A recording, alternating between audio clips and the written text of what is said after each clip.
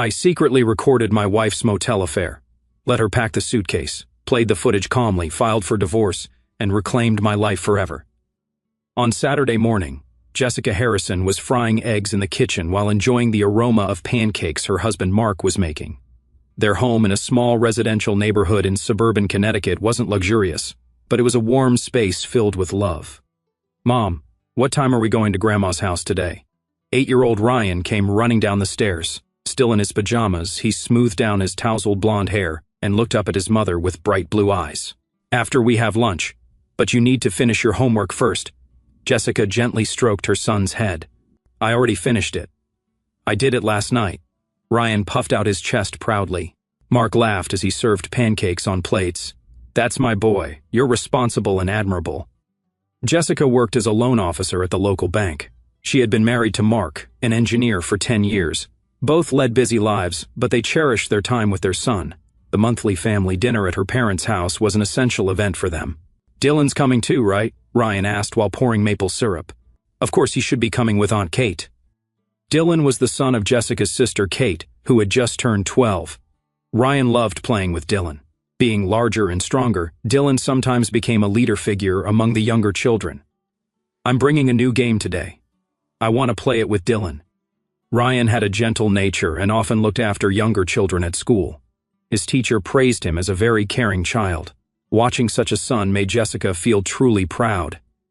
At 2 o'clock in the afternoon, the Harrison family arrived at her mother's house. It was an old 2-story house surrounded by a white fence in a residential area about 30 minutes by car from New Haven. "Ryan, come to Grandma." Barbara hugged her grandson at the front door. Beside her, Robert was reading a newspaper. Her father was a quiet, gentle man. "Hi, Dad."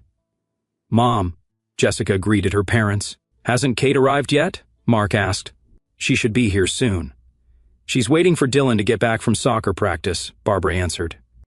30 minutes later, Kate arrived with Dylan. Kate had married 3 years ago and was dedicating herself to raising children as a stay-at-home mom. "It's been so long," Kate greeted cheerfully. "Hello, Dylan," Jessica called out to her nephew. Dylan had a mild developmental disability, but attended regular school. Sometimes he had difficulty controlling his emotions, but he was basically an honest child. However, he was larger than children his age and physically stronger. "Ryan, let's play together," Dylan called out. "Yeah, I brought a new game," Ryan answered happily. While helping with dinner preparation, Jessica watched the family gathering. Her parents doted on their grandchildren, and her husband Mark and Kate's husband got along well. These peaceful times were most precious to her. "Mom, can Dylan and I play in the yard?" Ryan asked. "Of course, but don't come back too late." Barbara smiled as she watched the grandchildren's retreating figures. They really get along well. At that moment, Jessica felt this peaceful daily life would continue forever. The family bond was strong, with relationships where they cared for each other. When summer vacation began, Ryan and Dylan spent more time together. Barbara enjoyed taking care of her grandchildren. With her experience as a former teacher, she was accustomed to looking after children. "Grandma, can I play with Dylan again today?" Ryan asked while eating cereal for breakfast. "Of course. Play together until Kate comes to pick him up this afternoon." Barbara stroked her grandson's head. Dylan had a good build and was noticeably larger than children his age. Ryan, on the other hand, had a small build appropriate for his age, and when standing next to his cousin, the difference was obvious. "Ryan, what should we play today?" Dylan came into the living room. "Let's build a base with Legos. I want to continue what we started yesterday." Ryan's eyes lit up. However, Dylan was already showing interest in something else. "I'm bored with Legos. Let's play soccer outside." "But I like Legos," Ryan protested softly. "Soccer is more fun." "Boys should play sports," Dylan said in a decisive tone. Ryan looked a bit troubled, but eventually gave in to his cousin's opinion. Going out to the yard, Dylan kicked the soccer ball forcefully. Ryan tried desperately to keep up, but the difference in physical strength was obvious. "Run faster," Dylan said in an irritated voice. "I'm trying," Ryan answered breathlessly. After 30 minutes, Ryan was exhausted. "Can we take a break?" "You're tired already." "You're so weak," Dylan said in a contemptuous tone. Barbara looked into the yard and called out, "Boys, I made cold lemonade, so come in and drink some." While drinking in the kitchen, Dylan suddenly threw a tantrum. He put his glass down hard and complained, "This lemonade is too sweet." Dylan, you shouldn't talk like that, Barbara lightly scolded. But it's true, Dylan answered defiantly. Barbara forced a smile. Getting emotional is a sign of growing up. At that moment, Ryan switched his glass with Dylan's. Let's trade. Mine is less sweet. Dylan took Ryan's glass without saying anything. There were no words of thanks. In the afternoon, Kate came to pick up her son. Dylan, did you have fun? It was okay, Dylan answered curtly. I'm glad you played well with Ryan, Kate smiled with satisfaction. In the evening, when Jessica came to pick up her son, Ryan looked a bit tired. How was today? It was fun. Dylan and I played soccer. Ryan forced a smile. However, Jessica sensed slight fatigue in her son's expression. You look tired. I'm fine. Dylan is good at soccer, so I want to get good too. In the car on the way home, Ryan kept talking about Dylan. Dylan is strong. I want to be strong too. What do you mean by strong? Jessica asked. Having a big body and being powerful and not being afraid of anything. Jessica became a bit worried, but kindness is important too. You're a kind child, so Mom is proud of you. But if you're not strong, people will make fun of you, Ryan murmured. That weekend, the whole family decided to go to the beach. In the large van driven by Robert, 3 generations of family piled in. It's been years since we all went to the beach together, Barbara said happily. It'll be good memories for the children, Kate agreed. When they arrived at the beach, Dylan ran straight toward the waves. Ryan, hurry up! Ryan approached the waves cautiously. He wasn't very good at swimming. You don't have to be scared, Jessica encouraged her son. However, Dylan couldn't wait. Let's go further out. I'm fine here, Ryan answered. That's boring, Dylan said, dissatisfied. The adults were relaxing in the shade. While Mark and Kate's husband talked about work, Barbara and Robert watched their grandchildren. Dylan is so active, isn't he? Barbara said. Sometimes I worry a bit, but he's a boy, so it can't be helped, Kate answered. When lunchtime came, everyone gathered at the picnic table. Dylan wasn't satisfied with just his portion and reached for Ryan's sandwich too. Do you want to eat mine too? Ryan asked kindly. I'm hungry, Dylan answered as if it were natural. Ryan split his portion in half and gave it to his cousin. Jessica watched this scene, but the other family members didn't seem to mind. In the afternoon, they decided to build sand castles. Ryan began carefully making a small castle. Such a tiny thing is boring, Dylan said. But it's pretty, isn't it? Ryan answered proudly. However, Dylan suddenly trampled Ryan's castle with his foot. Something like this breaks easily. Tears welled up in Ryan's eyes, but he didn't cry out. Dylan, that's not nice, Mark lightly scolded. I was just playing. Dylan showed no remorse. Boys' play is rough. Barbara defended him. In the car on the way home, Ryan was quiet. Jessica became worried and spoke to him.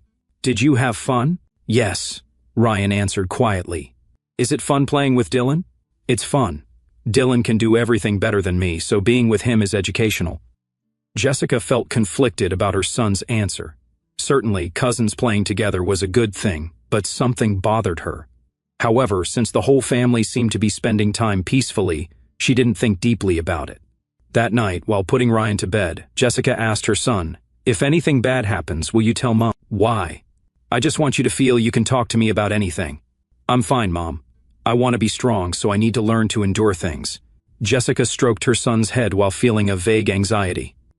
On the first Sunday in September, the family gathered at the grandparents' house as usual. It was a refreshing afternoon with hints of autumn, and Barbara had specially prepared roast beef. We have something to celebrate today, Barbara announced happily. Dylan was selected as a regular member of the soccer team. That's wonderful, Jessica congratulated her nephew. Congratulations, Dylan. Dylan puffed out his chest proudly.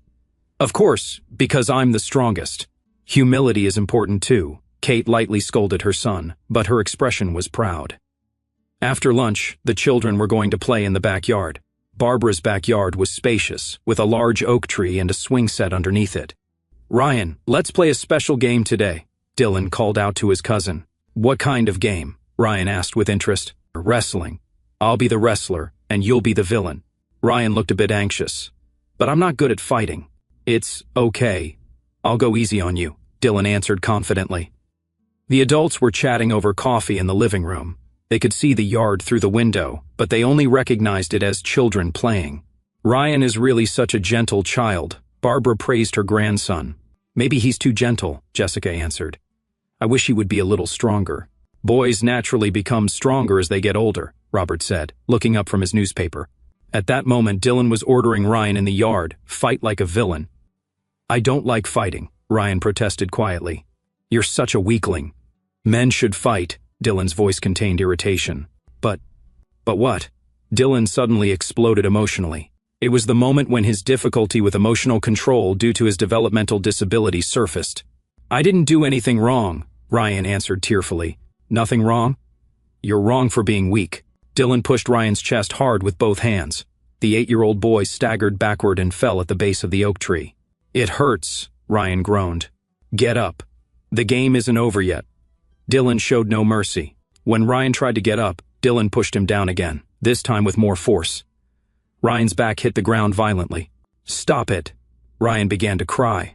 However, Dylan's anger didn't subside. He straddled his cousin and raised his fist. "Don't cry, you're a boy." His fist came down on Ryan's side. The strength of a 12-year-old boy was far too much for an 8-year-old body. Ryan's scream echoed through the autumn sky. It was a desperate cry like nothing they'd ever heard before. All the adults in the living room stood up at once. What was that sound? Jessica rushed to the window. Looking at the yard, she saw Ryan lying on the ground, holding his side and crying. Dylan was standing a little distance away. "Ryan!" Jessica flew out the back door into the yard. She knelt beside her son and tried to lift him up, but Ryan couldn't move his body due to the pain. "What happened? What's wrong, Dylan?" "We were just playing," Dylan interrupted. Ryan fell down. Jessica carefully examined her son's body. His side was abnormally swollen, clearly not in a normal state. When she lifted his shirt, a blue-black bruise was already beginning to form. "I need to call an ambulance." Jessica took out her smartphone. At that moment, Barbara came out into the yard. "What's wrong?" "Ryan is injured. He might have broken ribs." Just as Jessica was about to dial 911, her mother snatched the smartphone from her hand. "Wait a minute. Mom, what are you doing? My son is hurt." "It's just boys fighting." Barbara's voice was calm. "An ambulance is overdramatic. Are you going to ruin your precious grandson's future?" Jessica couldn't believe her mother's words. "Future? What are you talking about? Ryan is suffering." "I'm talking about Dylan. If the police come, this might be recorded as a violent incident. It would stain that child's future." At that moment, Robert and Mark also came out to the yard. Jessica sought help from her husband. "Mark, get the car. We need to take him to the hospital immediately." However, Robert just glanced at Ryan and said, "You're always so dramatic, calling an ambulance over a little pain." Her father didn't even look at his grandson with concern. It was as if Ryan's pain was trivial. "Dad, you're his grandfather too, aren't you?" Jessica's voice trembled. "Of course I am. That's exactly why I'm telling you to stay calm." When Kate appeared in the yard, there was a triumphant smile on her face. "Ryan will be fine. Children recover quickly. He might have broken ribs," Jessica desperately pleaded. "That's an exaggeration. Dylan couldn't have hit him that hard." "You admit he hit him. It was within the bounds of play. Boys' play sometimes gets rough." Ryan was moaning softly on the ground. His face was pale from pain, and he was breaking out in cold sweat. He clearly needed medical attention. Jessica was appalled by her family's reaction. They were more concerned about Dylan's future as the perpetrator than her son's pain. They were ignoring the suffering of their blood-related grandson and trying to dismiss the violence as boys' play. "Please return my phone," Jessica said calmly. "Jessica, calm down," Barbara said in a soothing tone. "Please return it right now. You're being too emotional as a mother." At that moment, Mark finally understood the situation. He tried to get the smartphone back from his mother-in-law, but Barbara stubbornly refused to give it up. "Is everyone crazy?" Jessica's voice filled with anger. "An 8-year-old child is injured, and no one is trying to help." "Help? What help?" Kate argued back. "Turning Dylan over to the police is helping." Jessica took a deep breath. She understood that her family had completely turned against her. However, she was prepared to fight her family to protect her son. "Mark, get the car keys." But Jessica... Right now, Jessica carefully lifted Ryan, who was in pain. She could feel her son's small body trembling. "It's okay, Ryan. Mommy will protect you." She felt her family's cold stares on her back as she carried her son to the car. No one tried to help. No one spoke words of concern. Before getting in the car, Jessica turned around. She could see her family standing in the yard. There wasn't a trace of guilt on their faces. At that moment, something changed decisively in Jessica's heart.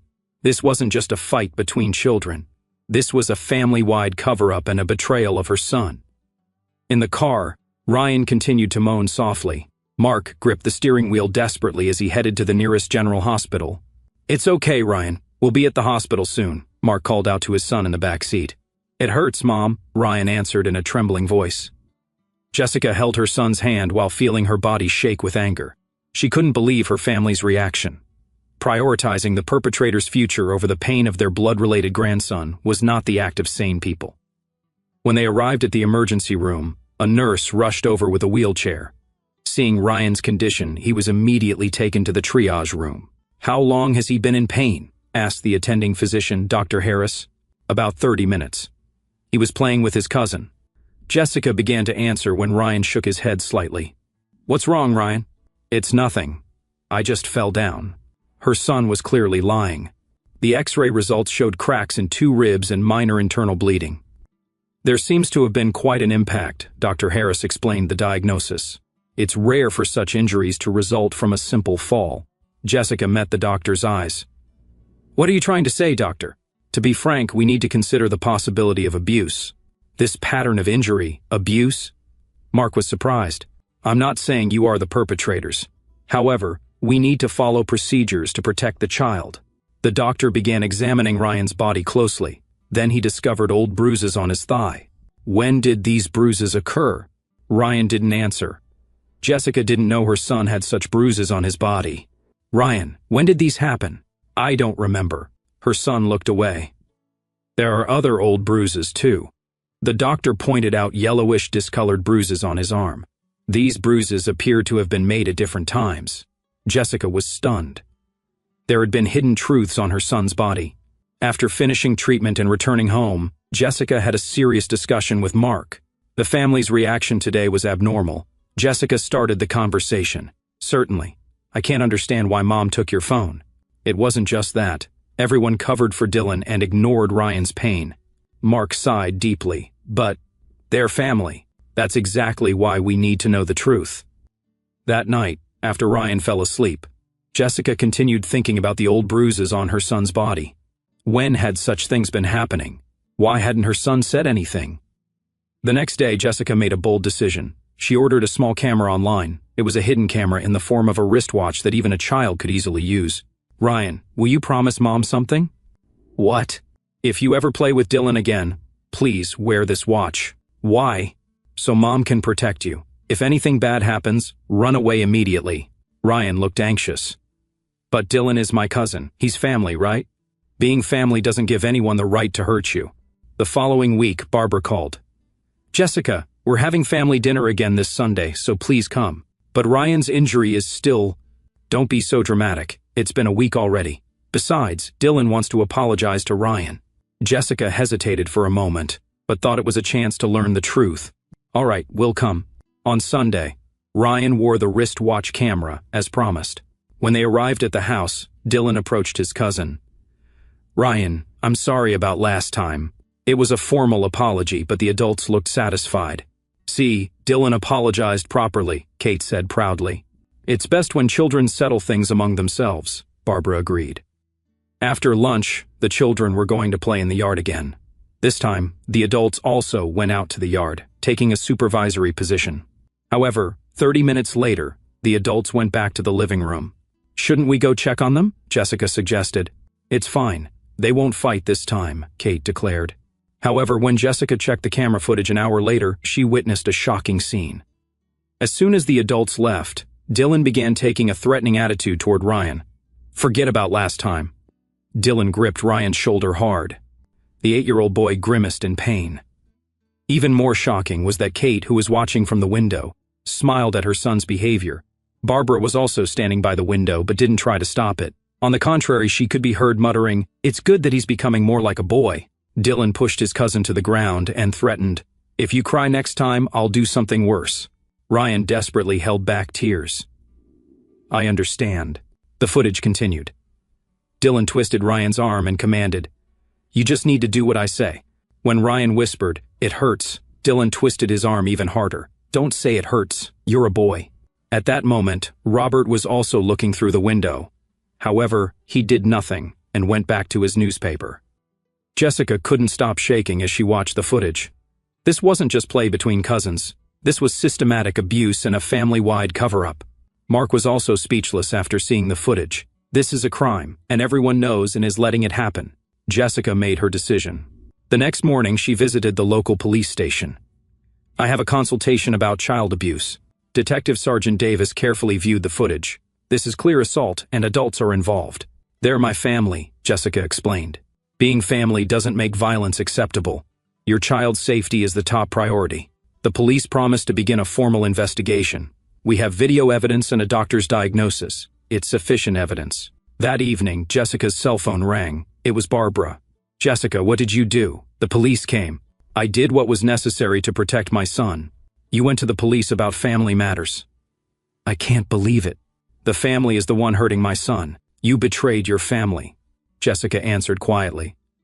"I wasn't the one who betrayed. It was you who abandoned Ryan." After hanging up, Jessica embraced Mark and their son. "This isn't the end," Mark said. "It might be a long fight, but we're doing the right thing." Ryan said quietly, "Mom, was I bad?" "No, Ryan, you did nothing wrong. The bad people are those who hurt you." That night, Jessica looked at her son's sleeping face and made a vow. No matter how much criticism she received from her family, no matter how isolated she became, she would protect her son. That was her mission as a mother. As the police investigation progressed, shocking truths came to light. Kate had failed 3 years of fertility treatments and was suffering from severe psychological distress. Her jealousy toward her sister, who had a healthy son, had developed into indirect revenge using Dylan. Kate had been carrying the pain of not being able to have children for years. A psychological counselor testified in court. Her hatred toward her sister's happy family manifested as aggressive behavior through her son. Barbara and Robert, sympathizing too much with their daughter's suffering, had turned a blind eye to Dylan's violent behavior. For the reason that Kate has suffered enough already, they continued to justify their grandson's violence as boyishness. 6 months later, the court handed down its verdict. Kate was found guilty of aiding child abuse and received 2 years of probation. Dylan was to receive counseling at a specialized treatment facility. "Mom protected me, didn't she?" Ryan said after counseling at the hospital. "Of course. Protecting you is Mom's job." Jessica hugged her son. Ryan's emotional wounds were deep, but he gradually recovered with support from specialists. There were nights when he suffered from nightmares, but surrounded by family love, he regained his smile. She became completely estranged from Barbara and Robert. When she was severely criticized for selling out the family to the police, Jessica answered quietly, "I protected my son." A year later, the Harrison family moved to Portland, Oregon. Mark changed jobs, and they decided to make a fresh start in a new place. "How's the new school?" Jessica asked her son. "I made friends. Everyone is kind." Ryan had regained his former brightness. In the yard of their new home, Ryan played peacefully with neighborhood children. He was building real friendships without violence. "Do you think it was good that you went to the police then?" Mark asked his wife. "Of course. I was able to protect my son." Jessica looked at her son playing in the yard and thought, a real family isn't built on blood relations alone. What makes a family bond is caring for each other, protecting the weak, and having the courage to uphold justice. No matter what circumstances the perpetrator might have, violence can never be justified.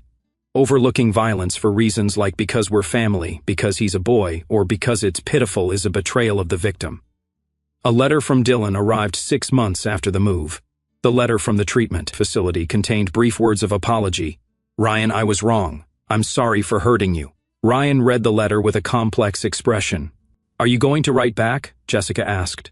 "Not now, but if Dylan really changes someday, I want to forgive him." Jessica felt growth in her son's words. Even after being hurt, he had acquired the strength to continue having hope without being imprisoned by hatred. That night, while putting Ryan to bed, Jessica quietly made a vow. No matter what difficulties arose, she would continue to protect her son. That was the right path as a mother and as a human being. The family back in her distant hometown might still call her a traitor, but Jessica had no regrets. Her son's smile was proof that her choice had been correct. The family's life that began in their new land was bound together by bonds based on true love and justice, not merely relying on blood relations, and those bonds were what real family should be. Looking back on that fateful September afternoon, as I watch Ryan laugh and play in our sunny yard in Portland, I'm overwhelmed by a complex mix of emotions that still catch me off guard sometimes. There's profound gratitude, first and foremost, for my son's resilience, for the way he's healed, for the bright, gentle boy he's become again. Seeing him make true friends, ones who treat him with kindness and respect, fills my heart with a joy I can't quite put into words.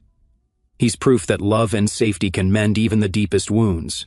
Every time he smiles without fear, I feel like I've won the most important battle of my life.